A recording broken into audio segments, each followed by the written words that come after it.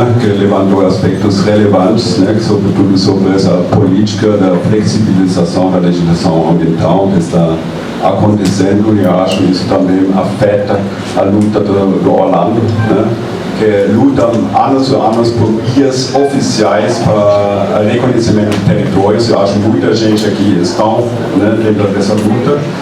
E a luta das instituições internas, né, não vai para frente. A FUNAI não resolve, a INTA não resolve, e assim vai. Né? Então, por isso eles tomam atitude e retomam as terras roubadas por esses interesses internacionais, né, que na verdade são mediados por políticos aqui, né? Isso precisamos lembrar, né? Nós falamos sobre o consenso dos commodities, ou seja, todo mundo quer vender minério,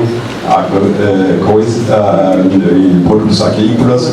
Hoje temos um agronegócio energético e uma mineração de energia descarbonizada, né? Simplesmente para fazer mais do mesmo. Né? Então eu acho que isso precisamos ficar alertas, né? Que o Romeo Sema, junto com Alexandre Silveira, vai lá na Nasdaq em Nova York vender a terra de Minas Gerais e do Brasil inteiro. Né? Então isso precisamos ver, isso passa por todas as correntes políticas, essa luta que você está enfrentando. Bem, vamos agora às questões, né, que são relevantes, são os direitos humanos, que estão sendo, de certa forma, desconversados pelos interessados. A luta fica cada vez mais difícil, né? Aqui no Brasil temos essa ideia da negociação de direitos. Se fala de negociação de conflitos, mas tem uma confusão enorme.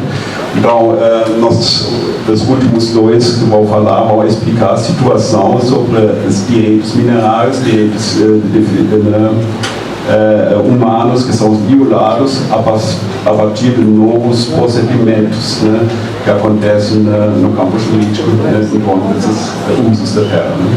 Então, vou falar para João, para explicar isso. Meu nome é João Paulo, eu sou de uma comunidade chamada Biquiá, em Açailândia, no Maranhão, e faço parte de uma organização chamada Justiça nos Trilhos. Bom, essa organização nasce principalmente com a questão desse conflito que existe entre a mineradora Vale e algumas siderúrgicas daquela região de Açailândia, que é a parte mais sul do Maranhão. Então a Justiça nos Trilhos tem cerca de 15 anos, que tem enfrentado um debate como tratar a mineração, como tratar a questão da siderurgia e a estrada de ferro Carajás como um grande impacto às comunidades que estão impactadas ao longo do corredor Carajás. Então são cerca de pelo menos, são mais de 20 municípios que têm um impacto direto com a mineração. Então sai lá do Pará a mina, mas o impacto maior depois da mina, né? Claro que o impacto maior é a mina, mas depois entra no Maranhão e as principais comunidades são atingidas, e aí uma delas é a minha comunidade. Então Biquiá é uma comunidade que tem dialogado muito nessa questão da reparação integral dos direitos da comunidade, a comunidade agrícola da década de 70, e a mineração na região do norte, nordeste do país, ela se inicia depois desse período. Então, até um embate com a própria comunidade para entender, ou melhor, para desmistificar o que a siderúrgica diz. A siderúrgica sempre diz que ela chegou primeiro que a comunidade. Então, a gente tem a divulgação de que, na verdade, não, a comunidade chegou primeiro, a escola de 74. Então, fazia sentido ter uma escola sem estudantes. Então, a mineração chega em 80 na nossa região.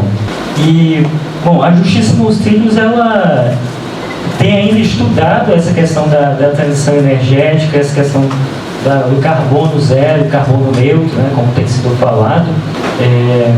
E a gente sabe que a mineradora Vale, que é a principal mineradora do país, ela tem um impacto direto nas comunidades, seja em questão do próprio barulho das siderúrgicas, que aí envolve dois tipos, né? Porque tem a estrada de ferro Carajás, que passa de um lado da minha comunidade, do outro lado a gente tem as telúrgicas.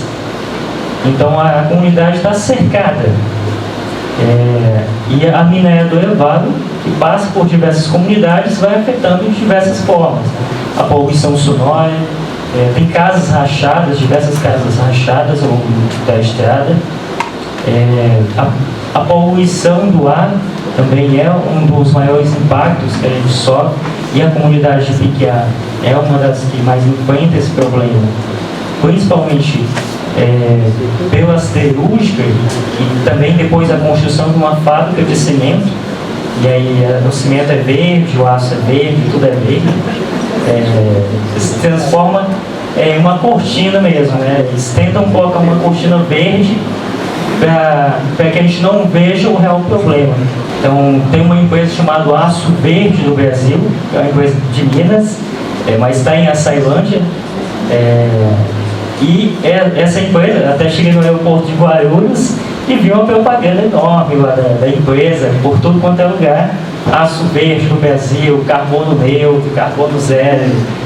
E para mim, bom, a divulgação de tudo isso, né, mostra o quanto eles têm se colocado nesse papel de sustentável, de verde, mas na prática, na realidade, quando a gente olha o município de Açailândia como um todo, a gente sente os efeitos da poluição hoje no centro da cidade, que é pelo menos uns 15 quilômetros da comunidade de Piquiá.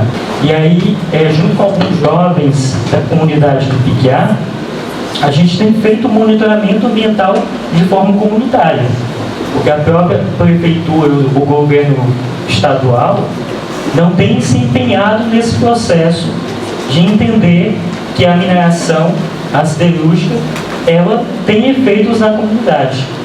Então a gente vem debatendo isso. É claro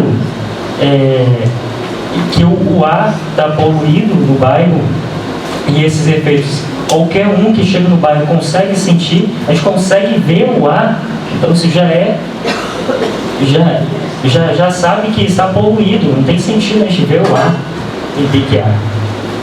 E, bom, também dizendo muito nessa questão da onda verde, né, a gente vê o quanto que a mineradora Vale também tem divulgado bastante esse processo de sustentabilidade, né? Acho que Minas sabe bem mais do que a gente sobre esses impactos. A gente vê Brumadinho, Mariana, que também são processos de violações a nível, né, não só de Estado, mas a nível nacional. E, bom, também um pouco desse estudo da justiça nos trilhos, a gente nasce justamente para defender as comunidades que estão ao longo dessa estrada de ferro. Então, já a gente atua em diversas cidades. A sede é no município de Açailândia, mas também temos um outro espaço em São Luís, que é a capital. E ao longo dessas comunidades, a gente vê também o impacto direto e a relação que existe com o agronegócio. E essa também é uma outra frente com o projeto Matopiba, que é um projeto que tem se expandido bastante no Maranhão. E aí a própria cidade de Açailândia, que é uma cidade da Amazônia, há tempos atrás foi considerada cerrado, para que entrasse esse projeto do Matopiba e se relacionasse diretamente com a mineração, já que as duas estradas de ferro, a estrada norte e sul, que parte do sul do Maranhão até Açailândia, ela se conecta com a estrada de ferro Carajás, que é o principal meio de escoação das commodities, né, do agronegócio. A soja, o eucalipto, tudo isso é exportado. O eucalipto muito mais para o uso das siderúrgicas, e aí eles colocam como carbonos neutros justamente por isso, né? Eles plantam, retiram a nossa mata, uma mata nativa, amazônica, com transição com o cerrado, e exploram numa base no sentido de reflorestamento voltado para o eucalipto. Conflitos, eu acho que não consigo dizer todos aqui, bastante, mas ao longo de todos esses territórios que estão ao longo da estrada de ferro, comunidades indígenas, quilombolas, e também ribeirinhas, mais nessa região de São Luís. E a gente também vê os impactos que sofre a região de São Luís, né? Toda a região norte do estado tem sofrido nessa questão da estrada de ferro Caiajás, que corta ela ao meio. A expansão do agronegócio também é parte dessa fronteira com a mineração e se expande para cidades menores do estado.